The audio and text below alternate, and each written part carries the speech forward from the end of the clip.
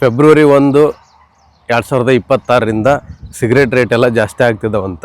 That special rate of 40% has also been proposed and it's cleared.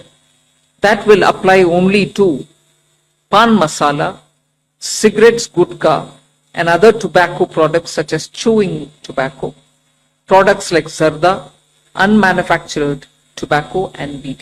ಚಿಕ್ಕ ಹುಡುಗರು ಎಲ್ಲ smoke ಮಾಡ್ತಿದಾರ ಅನ್ನೋ ಕಾರಣಕ್ಕೆ ಸ್ವಲ್ಪ ಪ್ರೈಸ್ ಜಾಸ್ತಿ ಆದ್ನಪ್ಪ ಅಂದ್ರೆ ಕಮ್ಮಿ ಮಾಡ್ತಾರ. ಸಣ್ಣ ಹುಡುಗರಾಗಲಿ ಯುವಕರಾಗಲಿ ಕಮ್ಮಿ ಮಾಡ್ತಾರ ತಂಬಾಕು ಯೂಸ್ ಮಾಡೋದು ಅಂತ ಅಂದ್ಕೊಂಡು ರೇಟ್ ಎಲ್ಲ ಜಾಸ್ತಿ ಮಾಡ್ತಿದಾರ ಅಂತ ಅನೌನ್ಸ್ ಮಾಡಿದ್ದಷ್ಟೇ. ಕೆಲವೊಂದು ಕಡೆಗೆ ಪಾನ್ ಶಾಪ್ನೊಳಗೆಲ್ಲ ಆಲ್ರೆಡಿ ₹1, ₹2 ರೇಟ್ ಜಾಸ್ತಿ ಮಾಡಿಬಿಟ್ರ. ಇದು ಎಷ್ಟು ಜಾಸ್ತಿ ಆಗ್ತೈತಿ ಅಂತಂದರೆ ಅಪ್ರಾಕ್ಸಿಮೇಟ್ಲಿ 15 to 40% ರೇಟ್ ಜಾಸ್ತಿ ಆಗ್ತೈತೆ ಅಂತ. ಈಗ ಸಿಗರೇಟ್ ಪ್ರೈಸ್ ಇನ್ಕ್ರೀಸ್ ಆಗೋದಂತಂದರೆ ಅದು ಲೆಂತ್ ಮೇಲೆ ಡಿಪೆಂಡ್ ಆಗ್ತೈತಿ. ಲೆಂತ್ ಈಗ ಸಿಗರೇಟು 65 mm ಐತಪ್ಪ ಅಂದ್ರೆ ಅದಕ್ಕೆ ₹2ದಿಂದ ₹2.5 ಪ್ರೈಸ್ ಜಾಸ್ತಿ ಆಗೋಂಥ ಚಾನ್ಸಸ್ ಐತಿ. ಆಮೇಲೆ ಈಗ 65ರಿಂದ 70 mm ಇರೋಂಥ ಸಿಗರೇಟಿಗೆ ₹3.5ದಿಂದ ₹4ವರೆಗೂ ರೇಟ್ ಜಾಸ್ತಿ ಆಗ್ತೈತಿ.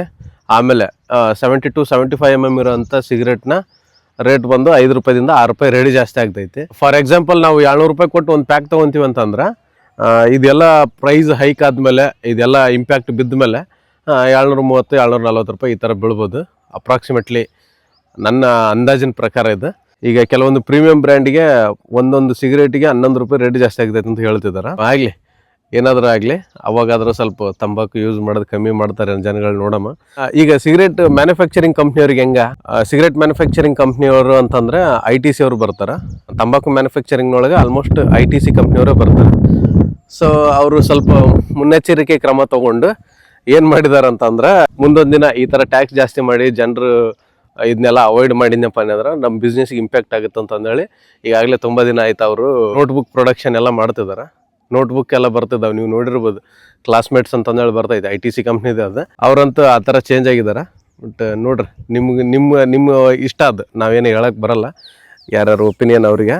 ನಿಮಗೆ ಫೈನಲ್ ಆಗಿ ಒಂದು ಕ್ವೆಶನ್ ಏನಂತಂದರೆ ಈಗ ITC ಕಂಪ್ನಿ ತಂಬಾಕು ಮ್ಯಾನುಫ್ಯಾಕ್ಚರಿಂಗ್ ಪ್ರಾಡಕ್ಟ್ಸ್ ಎಲ್ಲ ಮಾಡುತ್ತಿದ್ದಲ್ಲ, ಈ ಕಂಪ್ನಿಗೆ ಆಲ್ಮೋಸ್ಟ್ ಜಾಸ್ತಿ ಶೇರ್ ಹೋಲ್ಡರ್ ಇರೋರು ಯಾರು ನಮ್ಮ ದೇಶದೊಳಗೆ?